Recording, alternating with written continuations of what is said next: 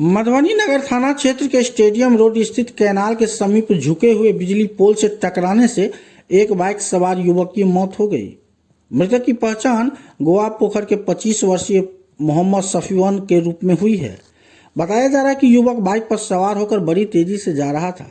इसी क्रम में बाइक झुके हुए पोल से टकरा गई।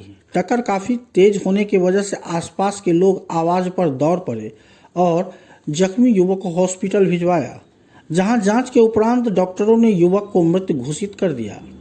उधर घटना की सूचना डायल 112 की पुलिस टीम को दी गई, जिसके बाद मौके पर पहुंचकर पुलिस ने घटना स्थल का जायजा लिया। उधर मृतक के परिजनों ने शव का पोस्टमार्टम कराने से इनकार कर दिया, लिहाजा पंचनामा बनाकर परिजनों को शव सौंप दिया गया। घटना से इलाके में शोक का माहौल बना हुआ है।